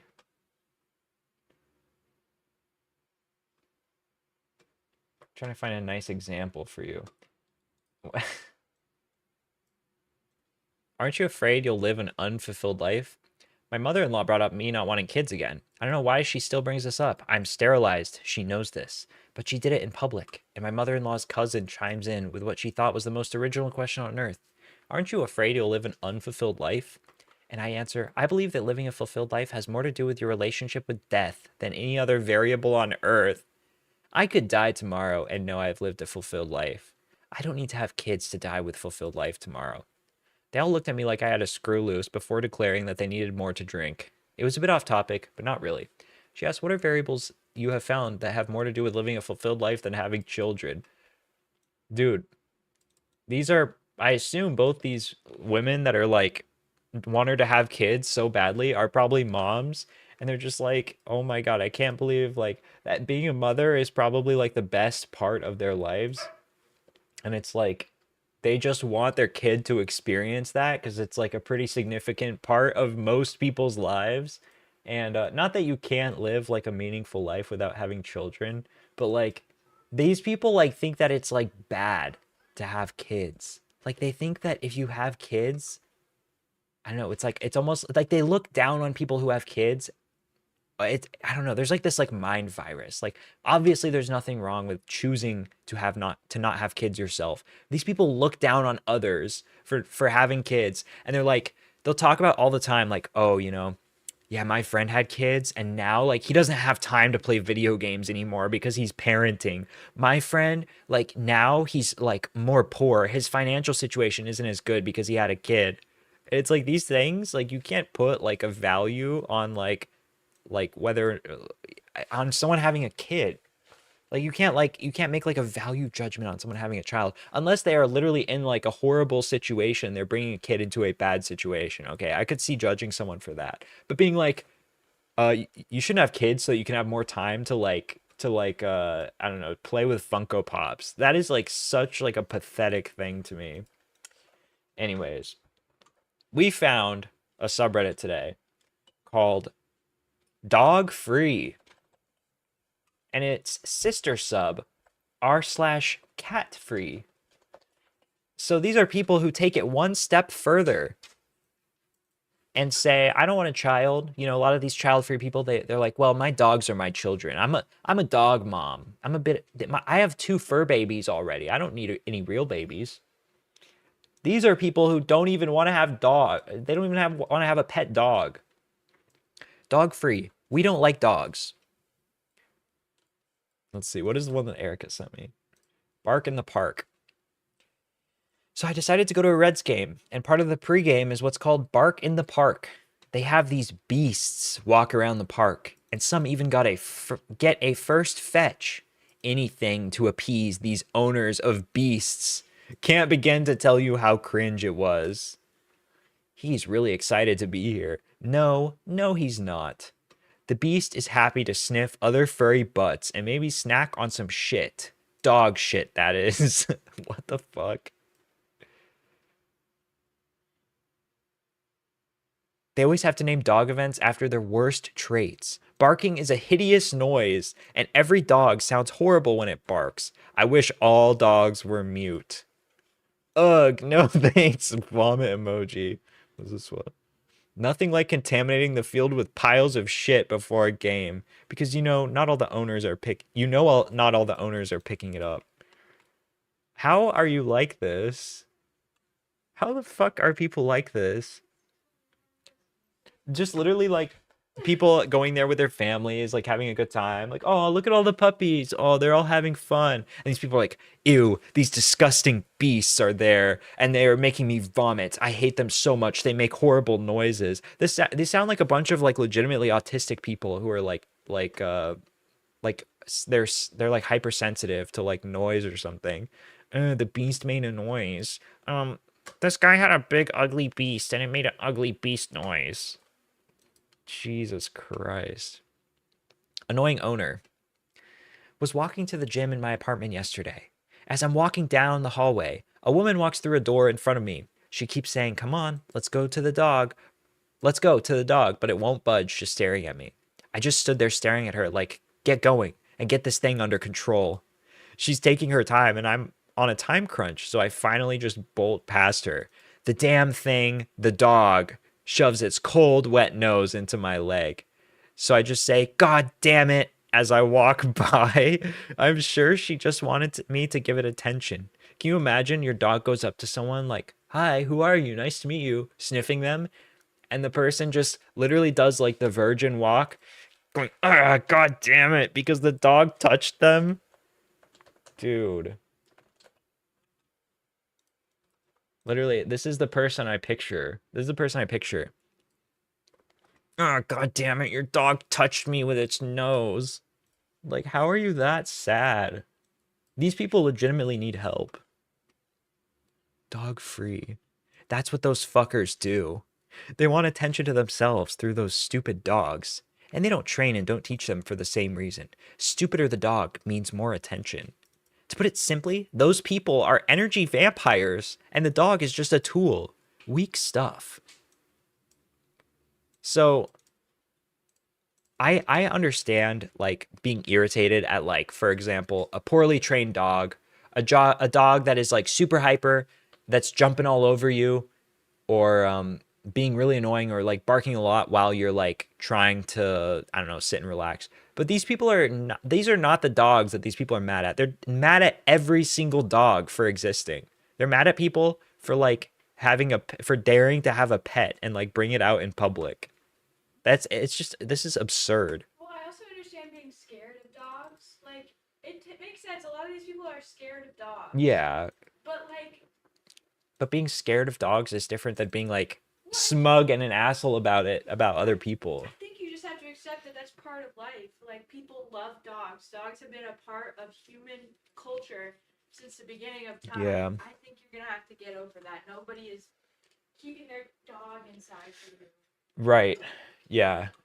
It's like, I don't know. It's just like literally rent free. Like they're walking around. Imagine walking around every time you see someone like walking their dog, you have like this passive aggressive like thought about them, like thinking less of them as a person because they have a dog, and like just being disgusted by it. Like dogs are just like, for the most part, just like pretty innocent. They can be like, I guess, kind of dumb sometimes. But that's not like a character flaw.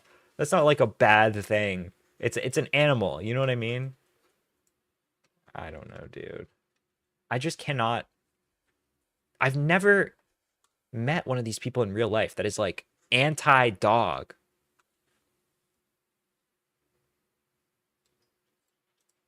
What is this one? So peaceful. My 3 immediate neighbors with dogs are all away for the weekend by coincidence. My wife came in yesterday morning saying, I figured out why it's so weird outside. It's weird outside, I asked. It's so quiet. There are no dogs. I sat outside in a hammock for like an hour, and I can't believe how beautifully peaceful it was. And still is this morning, having my coffee before church. Just had to share. Not to mention, it isn't just the neighbors' yappy, annoying dogs that are quiet. It's the dog-walking suckers, too. Not having their mutts aggro and bark every single time they walk by. Glad you get to enjoy a peaceful day for once. Can you imagine, like, sitting outside, and you hear, like, you're just, like, relaxed, you're having a good time. You hear a dog bark in the distance, and your whole day is ruined. Like, oh, fuck, I hate dogs. Gross. Oh, they sound horrible. I'm going back inside. And by the way, you know what I thought of when I heard that? What? When is the last time you heard a dog bark on a leash? Seriously, think about it. Yeah, true. Them saying, oh, they're barking as they go past my house. What dog barks on a leash? No, because the control that they have, the reason that dogs bark behind a fence is because they're defending their property and Right. they can't get to you. But the free roam that they have on a leash means that I don't think I've ever, very rarely do I hear a dog bark on a leash. That is just like literally fabricated, like made up conflict that you created in your head. Right. There is no dog barking on a leash. Maybe once in a blue moon. All right. Now we're going to look at some cat-free posts, okay? This is the other side of the coin. Cat-free. Let's see. Was reported for hate speech. Had my post removed and was reported for hate speech after I made a post that feral cats are extremely problematic and troublesome to local environments. I've been on Reddit for right about 13 years now. I have been on Reddit for about 13 years. Damn. Yeah, that's that adds up. Old head. Have never had anything like this happen since. I never realized that feral felines belong to a marginalized, vulnerable group. Whoops. Absolutely infuriating. I will say though, the cat free subreddit is definitely more reasonable because a lot of them hate like cats that are allowed to free roam, and I will say, even though I love stray cats and stuff, they're really bad for the environment, and a lot of them are just like fucking like crazy. They're literally one of the most invasive species on the planet, So like I understand being like, no, we shouldn't be having free roam cats. Yeah, I but agree with that's that. one thing. That's one thing. Making a subreddit surrounded in like cats are never good and I hate them, and that you should all get rid of your cat is like a horrible thing. Do you remember which was the one about the lady getting rid of her cat? Oh, What was that it post called? is so old, but I can look. Could you find it or no? Look, you should look up. Is it in top of all time? No, How'd you find it? I found it because I was like lurking on this like old on this lady's like post. Oh, okay. Here, I'll find it though. Here's another awesome one. Let's see. Thanks to everyone who responded and for the advice. Unfortunately, here in the UK, cats are protected under their free to roam laws, which basically means they can go anywhere, to include your house, and you cannot trap or hurt them. Wait, is that supposed to be a bad thing that you cannot trap or hurt a cat? Okay, but that is retarded that you're not allowed to get them out of your house. But you like That's a classic UK law. can you not just like shoo them out of your house? I don't know. He's saying that you can't trap or hurt them. Yesterday, the murderous thing took a baby bird from a nest in the bushes, and I could hear the poor thing screeching in agony. I went outside and pretty much said, fuck it, and took the bird from it. The next time I saw it in my bushes, I threw a pot of cold water over it from my window, and it stayed away for a while. The baby, Jesus Christ, there's this cat like in their backyard, and they throw cold water on the cat. That's like so like sad. The baby bird I kept warm and safe, but I didn't think it was going to make it, and it was dead by morning. Because she tried to deny her cat is a serial killer, I made sure to snap photos of the act and the wounded bird, and I put them up to our neighborhood Facebook group. Oh my god. Literally cat doing what it does in the wild. Oh, this is such a like, I'm sorry, but like, this is not, I don't know, this is not enough to convince someone to stop letting their cat go outside. Like, cats are notorious for this. They hunt. That's what they're for. That's literally what they were for. That's how they get their food. That's why we like domesticated them to catch rats. Yeah, to catch rats. Right. I found the post, by the way. Oh, awesome. Can you send it to me on Discord? I did. The neighborhood has been annoyed by outdoor cats lately, as these cats disturb people's gardens, flower beds, using our gardens as toilets, and now as hunting grounds.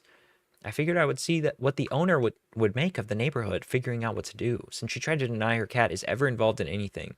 Sure enough, people were horrified. She probably messaged me and apologized more than once and assured me she had no idea her cat was a killer. She thought it just liked to come out to sunbathe, but I can clearly see now this is not the case. She said the cat would no longer be a problem to my yard, and so far I haven't seen the cat once all day, and some birds even came back to eat some food I left out. I was at my wit's end, hoping this resolves things. What about this one? This is a pretty funny title here. Is there a Redditor free subreddit? Yeah, deleting Reddit. Cat-free lesbianism does exist. 3 of the hardest things you can be is 1, a lesbian, 2, a cat non-enjoyer, and especially 3, a lesbian that does not practice cat worship. No, wait, that is so true though. Lesbians love cats. Lesbians do love cats. The notion that anti-cat means anti-woman is so damaging and invalidating, especially since us lesbians pride ourselves on not loving the stinky, smelly opposite sex. Why the fuck would we want to have creatures in our homes that produce actual chemical warfare level stench? That's so funny because cats are so clean. They're like, they smell delicious. I swear these people just keep like a litter box like in their kitchen and don't clean it for a month, and that's why their house smells like shit. The culture of cat ownership in the scene has destroyed relationships of mine, like sleepovers of off the table if you keep the company of those little fuckers. Sleepovers are off the table. This person can't talk. Anyway, I'm posting this in the hopes that other lesbians here come across this and know that you're normal. You are in fact worthy of love, and you do not have to settle for a relationship that is worth far less than your own health and happiness is. All right. I want to stalk this person's profile. I want to see if there's anything else funny on here. They sound retarded. They post on r/critical. Moist Critical subreddit. Let's see. Let's see their controversial post history. What the fuck? Oh.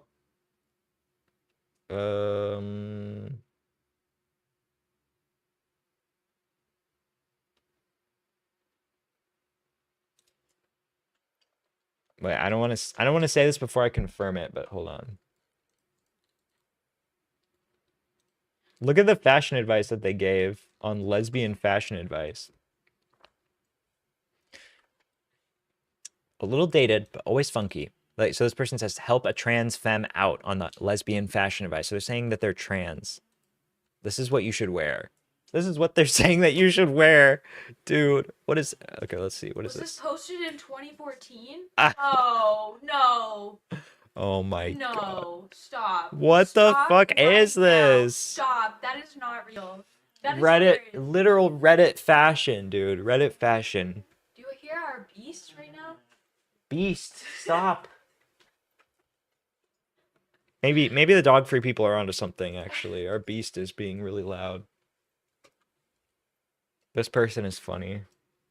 All right, let's see the one that that Erica found. This one's gold, dude. It's really old. I feel bad like blasting them, but This isn't that old. It's 9 months ago. That's like last winter. it's not very topical. Guys, I am just a few days in after dropping my cat off to my local shelter. I am literally rediscovering life.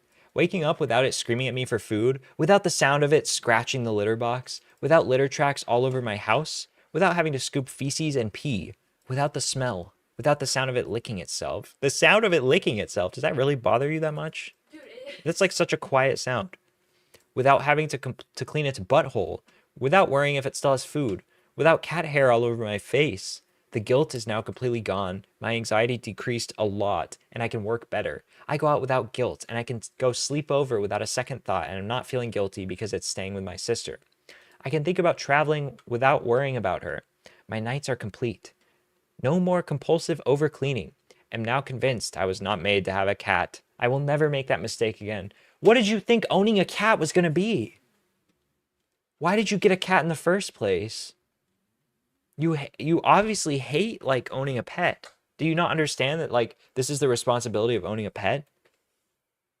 These things are all things that like you consider before you get a pet. What were you thinking? If this was all gonna bother you so much. By the way, minor inconveniences. Yeah. It licked itself too loudly, dude. It licked itself too loudly. I like how she says it too, to like cat eyes, dehumanize the cat. It, the thing, the beast. Got rid of my disgusting creature, my gross beast. God, dude. Awesome. We need to do more subreddit reviews. These are funny. Any other gold on here? Let's see if there's a... Cat memes are overrated. Never got the appeal for cat memes. They're unfunny and overrated. Okay, let's see. Controversial. My girlfriend has cats and I hate them. My girlfriend has 2 cats. One's older and came with the house she lives in, and the other is maybe a couple years old and was rescued. Both of them constantly piss in her bedroom, which I've been trying to help her with getting them to stop doing. The younger one will jump up on any and all the furniture and intentionally knock stuff off and be destructive. If she's hungry at night and we're asleep, she will do the most annoying things to wake us up to feed her, like meowing loud as fuck, jumping on you, scratching things that she knows make a lot of noise, etc. The only time the older one will be nice and come to you is if she's hungry. She's fat as hell. And even when she comes to you out of hunger, begging to be pet, rubbing up against you like cats do, she will fucking bite you for petting her too much. Anyways, the list goes on. She won't get rid of them. I'm at my wit's end. So this guy like hates cats and he's freaking out and bugging out about cats. He can't handle it. But they're his girlfriend's cats. What should I do? What should I do? Like obviously like you shouldn't like force her to get rid of the fucking cats. Like just yeah, this person says find a new girlfriend. Get rid of the cats, this person says. Stupid pets anyways. Literally ask yourselves what you get out of that relationship. You cannot teach cats not to do something. They are stupid. They don't understand that they do something wrong because to them, everything they do is okay. And if you punish them, they won't put 2 and 2 together like a dog. Oh, so these people are pro-dog but anti-cat. Don't reward bad behavior by feeding them. You're just teaching them that meowing hella loud at night gets them attention and possibly food. Yeah, that's the thing. They're like, oh, I can't stop it from meowing. It wakes us up to get food. Yeah, then stop fucking feeding it. Just deal with it for 2 nights while it meows forever. Ignore them. And then it won't meow anymore. It's not that hard. Yeah. Also, the dog-free people, a lot of them are like pro-child. It's really interesting. They all have. That's awesome. I wonder if any of them are like anti all responsibilities. You know, that's probably a lot of what this is like a lot of these people just hate having responsibilities. They hate being an adult.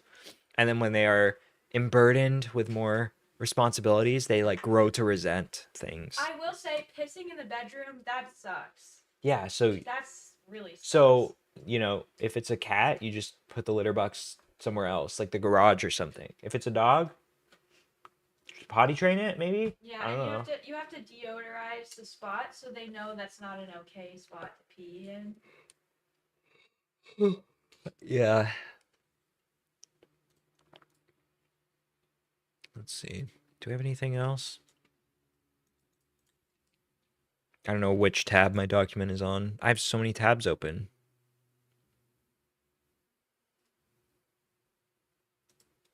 Whatever. I'll just open a new.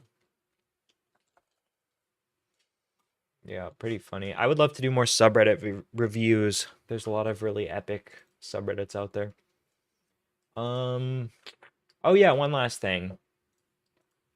Final thing. So, we've talked about Brooke Schofield on the show quite a bit before. Brooke Schofield is this person. The person that talked about, what's that guy's name? Clinton Kane. Clinton Kane, the fake Australian guy. And Matt Rife. She dated Matt Rife. She dated Matt Rife too? Yeah, Oh my she god. was the one that dated Matt Rife, and she found out that Matt was cheating on her with like 7 different guys. And he went on that podcast and said that he likes blonde girls with big tits. Oh, I didn't even realize that was the same person. Yeah, that's her. Isn't that funny? And she's a brunette with like normal sized, not fake tits. So, let me get this straight. She hates Matt Rife. Yeah. She hates Clinton Kane. And she's racist. She's the best, dude. She's perfect for us. She's base. Okay, no, I'm just kidding. Okay. So she's the co-host of Tana Mojo's podcast called Cancelled. Pretty ironic. And recently, it was found out that Brooke Schofield said a few edgy things in the past. So, what she said, like something about how she didn't support Trayvon Martin. Yeah, and then she said She said the N-word. The worst one was that she said her friend was screaming slurs in a movie theater. Oh yeah, she said her friend was screaming slurs loudly in a movie theater, which is just really funny to picture. Like and they found out they realized it was like crowded or something. No, they realized that the person in front of them was a Was minority. black. Oh yeah, so it's like the implication there is like, oh, I would have done it. It would have been fine if like everyone in the theater was white. That's so funny. And she also said the N-word with a hard R. Oh no! Oh no! Well, I mean, Well, that's something I would do on Twitter. But the thing is, she did that in 2012. yeah, and right? and she was also being raised by her conservative grandparents at the time. Her parents were drug addicts, and she had absolutely no direction or positive influences in her life at the time. None of that matters though. That doesn't fucking matter it anyway. matters to me. It matters to me. She just genuinely she's not like that anymore. She was a completely different person back then. Well, that's the thing. I don't think the reason behind why she did it matters at all, because I don't think those things like matter, because she obviously, even if you support, like I think I was saying this last stream, but even if you like don't care about any of the things she said, like me, like you still see like she is personally has made an effort to like change. So like for those people, who are criticizing her, even they can see that she is intentionally not like that anymore, and she's changed since then. Like I don't know. Yeah, if anyone had a good excuse, it would be her. Her parents were literally horrible people, drug addicts, and she was raised by her conservative grandparents. And she was raised in a small conservative town. Like of anyone, like no shit, she had some dark stuff in her past. Like, Well, it's obviously. yeah, I mean it's not just like, I don't know. It's crazy that people are like holding her to this incredibly high standard of today, when she is literally an entirely different person that came from a very different place, and all this stuff happened so long ago, literally 12 years ago. Well, you know, we all know about Tana Mojo's past, right? I mean, there's no secret that the Tana Mojo content cop was one of the most iconic pieces of media of all time. And Tana herself said the hard R, the bad word, as recently as like what, 2015, 2016? Yes. And When she she's- was like 16 years old? And when she was called out on it, she lied and said that she didn't know what it meant and she thought it meant homie. Yeah, I thought it meant homie. And then you see the clip of her saying it and she's like, you fucking blank. Yeah. Yeah, like she's literally using it in like a derogatory way. Didn't she say that to like a black person too, specifically? To her black friend. To her yeah. black friend, yeah. To be So, fair though, I don't think her black friend cared. well, yeah. I mean, Yeah. yeah. But anyways, so Tana Mojo has her own little history of being a little edgy, a little too edgy, right? For you know, her modern image. Well, turns out that Tana backstabbed Brooke Schofield. Just decided to totally go and the pandering route. I have no right to forgive her as a white person, says Tana. Tana Mojo condemned her podcast co-host Brooke Schofield's old racist posts. Yeah, literally what? This is literally the clip, but I'm not going to play it because I can't really. This is literally the hard R. That's a crazy tweet. Yeah. Yeah. She didn't know. She thought it meant homie. She didn't. I thought it she meant was so I thought it innocent. meant homie. I wasn't trying to insult anyone. So what is this one? Tana just said her eyelashes look so real and one of them is falling off. You still ratchet at Tana. Still black. I wish you were black like me. Dude. This is just insane to see because Tana, you know, we've kind of been, you know, cool with Tana for a while. We've been saying, you know, she seems pretty cool. She's kind of more humble now. Back when the Content Cop came out, you know, one of the reasons people hated her so much is because she was very egotistical and she was like really like I don't know, like she could do no wrong in her own eyes. And so she's talked about a bunch before how being, you know, called out by iDubbbz has led to her being more self-reflective, being more humble, etc. So it's a huge surprise to me that she is completely throwing Brooke Schofield under the bus for like arguably not even as bad of old quotes. Like, really, you went through this exact thing, and people have forgiven you, but you're not going to extend that to your friend who's going through the same thing now. And the funny part is, like I said, Brooke Schofield's posts are even older than when Tana said like the N-word. Like, that's just makes no sense to me. You're really going to kick her off the show? Off the show, which is called Canceled. You're going to cancel her off of Canceled, To be fair, dude. she didn't say she was gonna kick her off. Really? No, they just said that Oh, Brooke was shit. going to take a break. Oh, she's going to take a break, so she kind of did get kicked But off. if Brooke goes back to the canceled podcast, I'm actually going to be really disappointed in her because like these people are not her friends. These No. people do not support her. This is just more and more proof that like these people, these LA people will just like literally have all these controversies.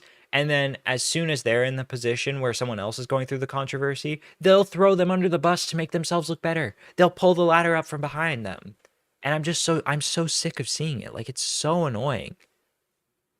And their friend Paige is literally the girl who's in the podcast in this most recent episode. This one? Yeah. Hello? She's literally like rubbing her hands together, like twirling her mustache like a cartoon villain. Here we go. And I'm saying that as a white person, right? Like, I cannot even imagine being Oh my God. a black non-fan or fan and reading those tweets. Oh my And I've God. made it very clear to Brooke as well that This is I good. Wait, condemn you her should put on these headphones tweets. for I've this. watched this already. Oh, you And have? they're fucking horrible. And I have no right to forgive her as a white person. For Oh the my things that she said. God. Shut the fuck up. This is so cringe, dude. You did the same thing, Tana. Who cares? Before I get into a little more of my thoughts on this, I'm also wrong in this situation, and I want to be open and honest with you guys about that. When Brooke made her first apology video, I commented on it and I said, Why do these people fold so quickly to like comments? Like, again, this tweet becomes relevant once again. Ha! How the fuck is cyberbullying real? Ha! Just walk away from the screen. Like, close your eyes. Literally, just turn the computer off, dude. This blows my mind that these people are like getting cucked like this all the time. How do you let this how do you get like this? This is fucking pathetic. I cannot imagine being like this. As a white person, I have no right to forgive her for the horrible racist things that she said in 2012. Imagine if people said that to you back in 2017, Tana. Like, as a white person, I have no right to forgive Tana for saying the N-word. It just makes no sense. Like, keep her on the show. 99% of your fans will stay. The 1% that cares about something that someone did 12 years ago is just going to leave. And that's a good thing. You don't want those fucking people in your fan base because they're eventually going to find something else to get mad at you about and hold you to this incredibly high standard that you're setting for like, this just hurts everyone. This is so fucking annoying to me. Canceled. We got canceled. Oh, the host got canceled. Oh no. Her name is still in the title. Downvote. Yeah, this is sad. Grew up bad. I love you. And immediately it's so regretted it disingenuous, dude. so Like, hard. Realized how fucking It is so disingenuous. It's like, I don't know, I'm so sick of this type of bullshit. I hate virtue signaling. And I just know that Tana doesn't really care about this at all. Like, Tana doesn't give a fuck. She's doing this for show and to appease, you know, those 1% of fans that are like vocally against this and mad at her. Like, that's not, you should not appease those people. Those people don't deserve you to like suck them off and give them exactly what they want. It's just a horrible, like, negative outcome for everyone when you do this shit. stupid it was for me to fucking say that. I'm going to beat myself up for that She sounds like Boogie right now. forever, quite frankly.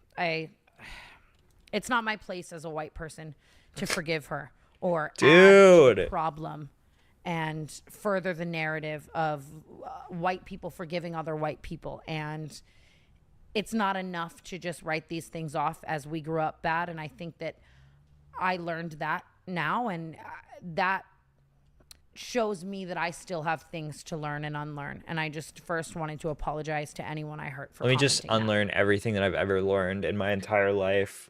Well, actually, like a few years ago, I thought that you could just like forgive people, but now I realize, guys, now I realize that you can't forgive people for being racist unless you're black. On her video, I have might no be place to forgive her. The last Like, person you guys or anyone wants to hear have a take on Brooke's tweets. I'm not a perfect person, and my hands are not clean. this is just like this fucking like bowing down and like cowering, and it's like this whole like humiliation ritual where you're like walking around in defeat, like I really messed up by trying to like defend her in any way, and like I was really wrong because I'm white and I have no place. Like, it's just so pathetic, dude. Have a fucking backbone, please. in any of this. You guys have known forever about my old tweets that I tweeted in 2013 and 14 and the vines that I were in and the things that I've said, and I've apologized for them a million times, and I'm more than happy to apologize until the day I die. They were hurtful and disgusting and racist, and I know that. Wow. Imagine, dude, it's just like imagine, you know, changing your opinions and regretting some of the old things you say and allowing it to like guilt trip you for the rest of your life. What the fuck is that? And like waltzing around as if feeling guilty about it the whole rest of your life is like something to be proud of. Like you're like, you know, you're doing a humiliation ritual for the public. Like, yes, guys, it'll never be enough for me to apologize over and over again for the old things that I did. I just have to keep talking about it and apologizing and think about it for the rest of my life. Like, what a sad fucking way to live. I do think that I've grown so much as a person from who I was in those tweets at that time. I know that there's always more growing for me to do. And that's why I wanted to talk about this today. I felt like if we just started the episode, Paige and I saying hello and welcome back to the Canceled Podcast, that's just exercising my white privilege. Oh and my God. Oh my God. it's not something that I want to do or be any part of, quite frankly. I'm hoping Brooke is taking the time right now to reflect and grow and learn. I want to know what their conversations are like behind the scenes. I feel like this is either all this must just be all coordinated as like a PR stunt. Like I wonder if Brooke is in charge of it or if Tana is. Yeah, I don't fucking know why she's apologizing for her. It's so pathetic. Like this is disingenuous. Like again, I don't think that she actually cares about her co-host saying edgy shit 12 years ago.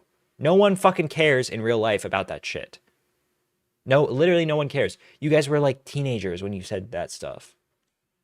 Just move on. Like she doesn't. Oh, dude, this is all performative bullshit. In a lot of the ways that I did.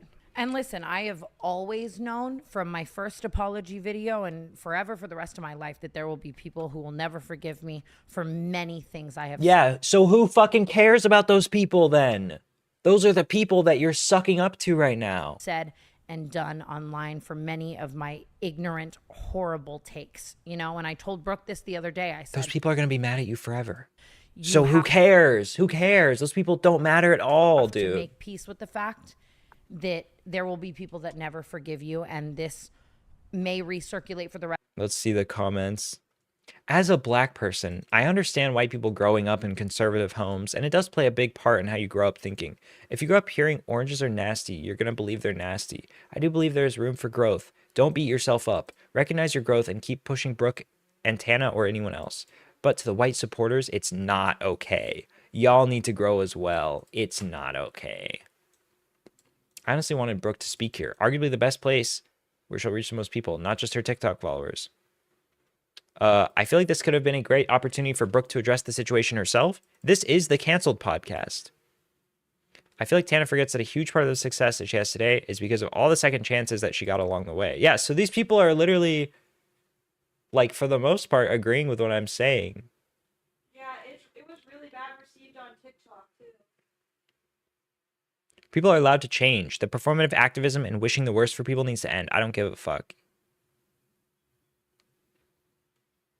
Y'all refuse to cancel people over shit they did as full adults. I grew up in an extremely positive environment. She came from one of hate, and it's all she knew. Watching her apology, it seemed beyond genuine. She herself seemed horrified. I hope she doesn't pull a Jenner Marbles and never comes back. And for anyone saying actions speak louder than words, she has been an activist and has never displayed this behavior in her adulthood on the internet. Her immediate response to the situation was enough action for me. Yeah, so this is like, you know, even as like progressive person who, you know, would say that, you know, all that stuff in the past is like really bad and evil and wrong to say. Even in that person's shoes, most of them don't care because she said those things so long ago and when she was 15 and that she's a different person now. And most people are just like, yeah, this is obviously like, doesn't matter. She apologized and she meant it. That's all we need. But then you have Tana doing this for performative bullshit.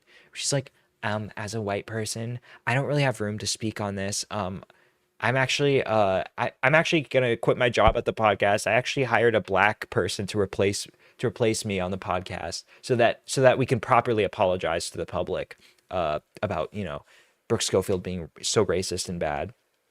God, dude. Rest of your life, and you have to be ready to be open and honest and talk about it, right? And I do want to say something right now that I don't necessarily know if it's going to go over well. And if it doesn't, listen, I read all of your comments. I see every TikTok. I see everything you tag me in. You are the first people who can tell me, shut the fuck up. You shouldn't have said that. And I will come back on this couch next week and actively learn and grow in front of you.